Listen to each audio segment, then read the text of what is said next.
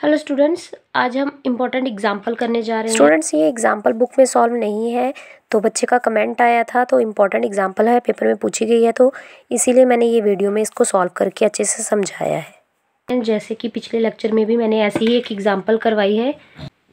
3 tuple से 4 में जा रही थी। इसमें नल स्पेस गिवन है, जनरेटेड बाय, इन 2 एलिमेंट से नल स्पेस जनरेटेड है और ट्रांसफॉर्मेशन R4 से R3 है और मुझे लीनियर ट्रांसफॉर्मेशन फाइंड करने के लिए बोला गया है। ठीक है, R4 है तो सबसे पहले मुझे क्या करना पड़ेगा, बेसिस लेने पड़ेंगे, जो कि देखिए और मेथड भी पहले मैंने करवाया हुआ है जिसमें जो नल स्पेस के एलिमेंट है वो एक्लन फॉर्म में बन रहे होते थे, तो हम उसके साथ दूसरे यूजुअल बेसिस के एलिमेंट्स इंक्लूड करके यूनियन बना के एक बेसिस की सेट बना लेते थे। ठीक है, एक्लन फॉर्म बना के। लेकिन यहाँ पे ऐसा नहीं है। क्यों? क्योंकि नल स्पेस के दोनों ही एलिमेंट्स जो है वो एक्लन फॉर्म में नहीं है और इसको मैं चेंज भी नहीं करना चाहती क्योंकि ये नल स्पेस के है, मुझे एज इट इज़ यूज़ करने में ज़्यादा फ़ायदा है। तो इसलिए 2, 3, 4, 1 और 1, 0, 1, 1 इनके दोनों के ही एलिमेंट्स जो है, first element, leading element, non zero, वो फर्स्ट पोजीशन पर ही है, तो ये दोनों एक्लन फॉर्म में नहीं है। तो इसके साथ 2 ये, और क्योंकि R4 है मेरी डोमेन, तो 2 एलिमेंट और लूँगी जो कि बेसिस बनाने के लिए हेल्प करेंगे। तो वो 2 बेसिस के एलिमेंट हैं 0, 0, 2 पहले आ चुके हैं तो इसीलिए तीसरा वाला लिया है 0, 0, 1, 0 और चौथा वाला लिया है 0, 0, 0, 1, जिसको हम E3 एंड E4 भी बोलते हैं R4 में, है ना।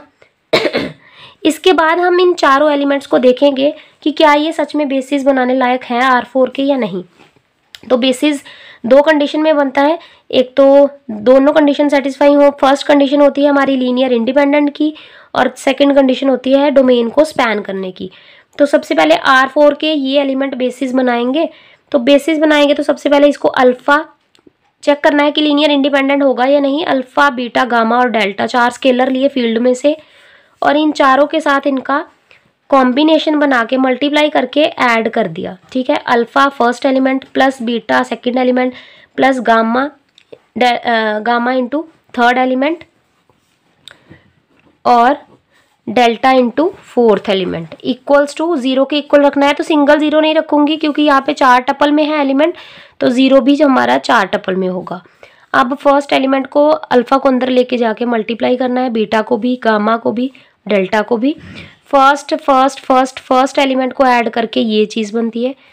सेकंड मतलब 3 alpha 0 beta plus 0 gamma plus 0 delta add करके 3 alpha equals to 0 second equation. और थर्ड वाली में 4 alpha plus beta plus gamma और प्लस 0 डेल्टा, है ना। तो ये हमारी इक्वल्स टू 0 थर्ड इक्वेशन। इसी तरह से चौथे एलिमेंट को भी अंदर मल्टीप्लाई करके ऐड करके ये इक्वेशन बन जाएगी। इन चारों को सॉल्व करूंगी। सबसे पहले मैं सेकंड इक्वेशन को सॉल्व करती हूँ तो अल्फ़ा की वैल्यू 0 आती है। इस वैल्यू को यहाँ ऊपर फर्स्ट इक्वेशन में पुट करती हूँ तो बीटा की वैल्यू 0 बन जाती है। अल्फ़ा बीटा की दोनों की वैल्यू को यहाँ पे थर्ड इक्वेशन में पुट करती हूँ तो गामा की वैल्यू 0 बन जाती है। और अल्फ़ा बीटा गामा तीनों की वैल्यू को लास्ट वाले में पुट करती हूँ तो यहाँ पे गामा की तो है नहीं, डेल्टा की अकेली निकल आएगी जो कि 0 होगी वैल्यू। इस तरह से चारों के चारों स्केलर्स अगर 0 हों तो वो वेक्टर्स जिनके साथ वो स्केलर लगाए गए हैं वो पक्का क्या होंगे, लीनियरली इंडिपेंडेंट। तो ये जो हमारा बी सेट है जो ऊपर लिया था बी सेट, ये चारों एलिमेंट्स का, 4 वेक्टर्स का, बी इज लीनियरली इंडिपेंडेंट। ठीक है, तो ये इंडिपेंडेंट सेट बन गया। अब इसको चेक करना है कि ये स्पैन भी करता है R4 को। तो R4 का मतलब x Y z T, R4 का एक रैंडम एलिमेंट है। तो स्पैन करने का मतलब हमें पता है अल्फ़ा, पहले जो हम 0 के इक्वल रखते थे बस इसको 0, 0 के इक्वल नहीं रखना, बाकी सारा काम same x Y z t के इक्वल रख देना है। तो बस मुझे अब फाइंड क्या करना है, इस अल्फ़ा की value in terms of x Y Z, beta की in terms of x Y Z, gamma की और डेल्टा की वैल्यू, गामा की और डेल्टा की value in terms of x Y z. तो मैंने चारों इक्वेशंस को दोबारा लिखा है। यही ऊपर पहला फर्स्ट एलिमेंट को ऐड करके अंदर पहले मल्टीप्लाई करके फिर प्लस का साइन है तो ऐड करके एक्स के बराबर रखा। सेकंड एलिमेंट को ऐड करके वाई के बराबर, थर्ड एलिमेंट और फोर्थ। इस तरह से मुझे 4 इक्वेशन मिल जाएंगी।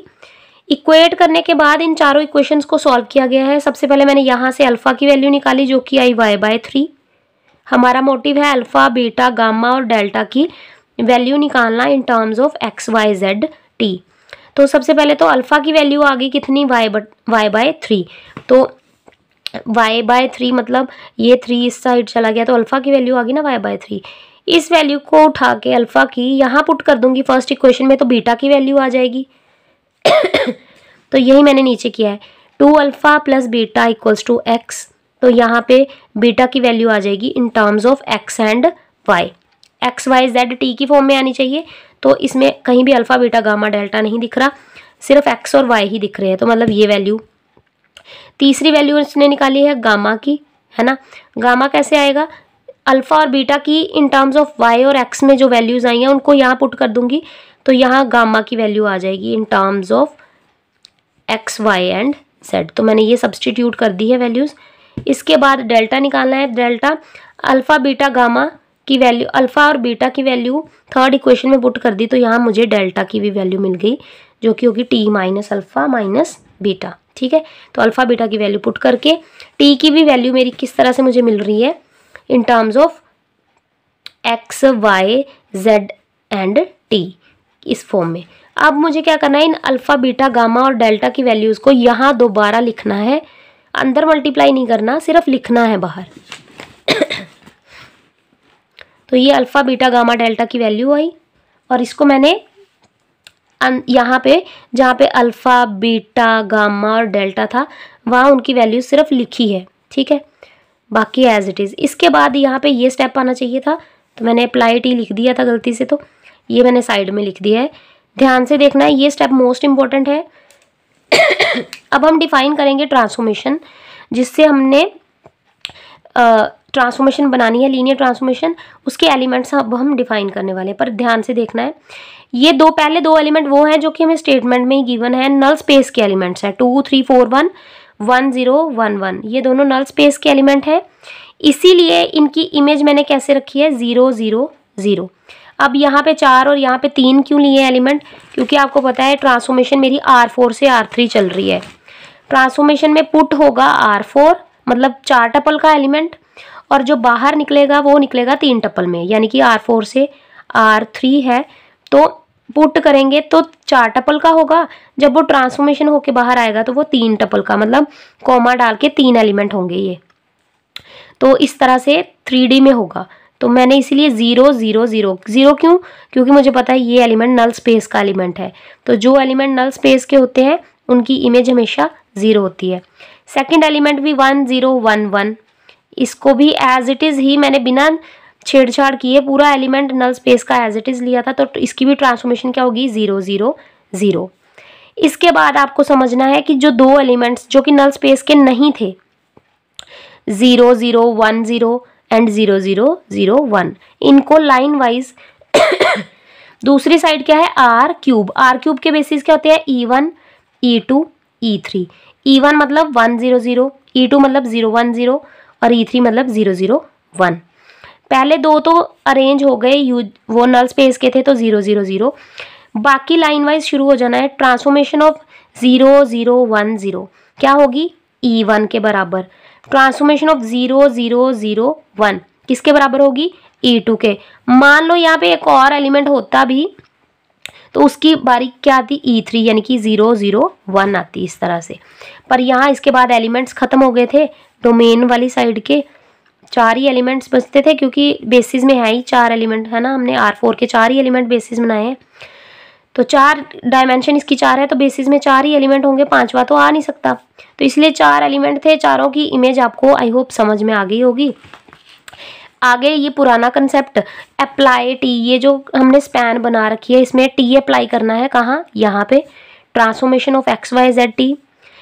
ये स्केलर की जगह लिखा है तो y बाय 3 के साथ ट्रांसफॉर्मेशन नहीं लगेगी, टी लगेगा यहाँ पे इस एलिमेंट के साथ। तो सिर्फ इन एलिमेंट्स के साथ टी ट्रांसफॉर्मेशन अप्लाई कर दी है। अप्लाई करने के बाद यहाँ पे ट्रांसफॉर्मेशन ऑफ 2 3 4 1 कितनी आएगी, 0 0 0। क्यों, अभी हमने डिफाइन किया क्योंकि ये नल स्पेस का एलिमेंट है, ये भी नल स्पेस का है, ये भी नल स्पेस, मतलब पूरी 0 0 बन गई ये दोनों। इसके बाद यहाँ पे इसकी वैल्यू पुट कर दी मैंने। ट्रांसफॉर्मेशन ऑफ 0 0 1 0 क्या होगी, 1 0 0, बाहर वाली चीज़ एज इट इज़, प्लस डाल के प्लस डाल के ये प्लस, ये नेक्स्ट वाला है, मतलब ये ऐसे था ना, ये पूरा स्टेप, यहाँ पे टी लगा हुआ था तो यहाँ जगह कम थी तो मैंने नीचे स्टेप लिख दिया था। तो यहाँ पे प्लस आएगा तो टी अप्लाई हुआ, यहाँ पे भी इसकी वैल्यू पुट कर दी 0 1 0। अब इनको सॉल्व कर लिया है। सॉल्व कैसे किया, अंदर मल्टीप्लाई किया, पहली पोजीशन पे यही एलिमेंट आएगा, कॉमा 0 0, फिर प्लस डाल के इसको अंदर भेजा तो 0, फिर ये वाला एलिमेंट, फिर 0, और इन दोनों को ऐड कर दूंगी। पहला पहली जगह पे ऐड होगा, दूसरा वाला, दूसरा तो है ही 0 इधर, पर इधर 0 नहीं होगा, इसमें ये आएगा एलिमेंट। तो आई होप आपको समझ में आ गया होगा। इसको अंदर मल्टीप्लाई करके, इसको भी अंदर मल्टीप्लाई करके, और कॉरेस्पॉन्डिंग फर्स्ट को फर्स्ट से ऐड, सेकंड को सेकंड से थर्ड को ऐड, थर्ड वाला तो था ही, दोनों तरफ 0 तो 0 ही आएगा। अब आपके पास ये आंसर सही है या नहीं, आप इसको कैसे चेक कर सकते हो मैंने पिछली वीडियो में भी बताया था कि ये इंपॉर्टेंट क्वेश्चन है और ऐसा एक बच्चे का डाउट आया था, तो इसीलिए मैं बताने जा रही हूँ।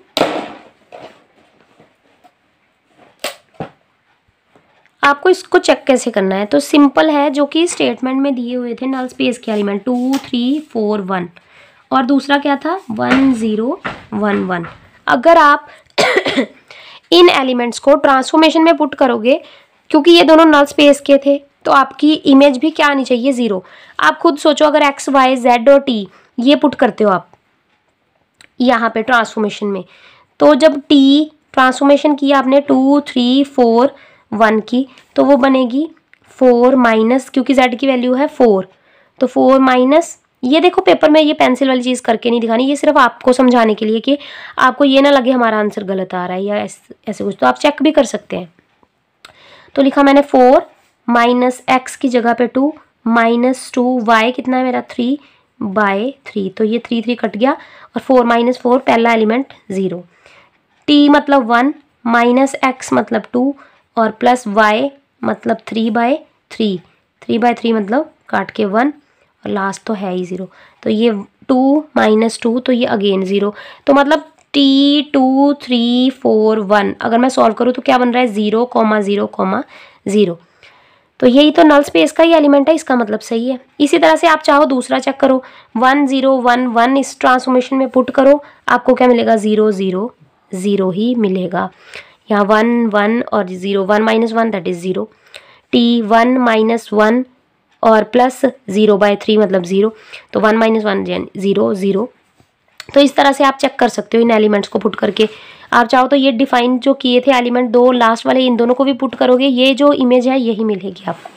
तो इस तरह से हमें पता चलता है कि हमारी ट्रांसफॉर्मेशन जो है वो बिल्कुल सही है, और ये इंपॉर्टेंट क्वेश्चन है, बार बार पूछा गया है, तो आप इस तरह से प्रैक्टिस करते रहिए। इसके बाद एक और थ्योरम है जो कि 10 ईयर में आई हुई है लेकिन बुक में नहीं है, तो उसका भी वीडियो मैं जल्दी ही अपलोड कर दूंगी, और मैं बता दूंगी कि ये बुक जो है, बुक में आपकी थ्योरम नहीं है, तो उस पर थोड़ा सा फोकस कर लीजिएगा, क्योंकि वो बुक में नहीं है और आने के पूरे चांसेस है।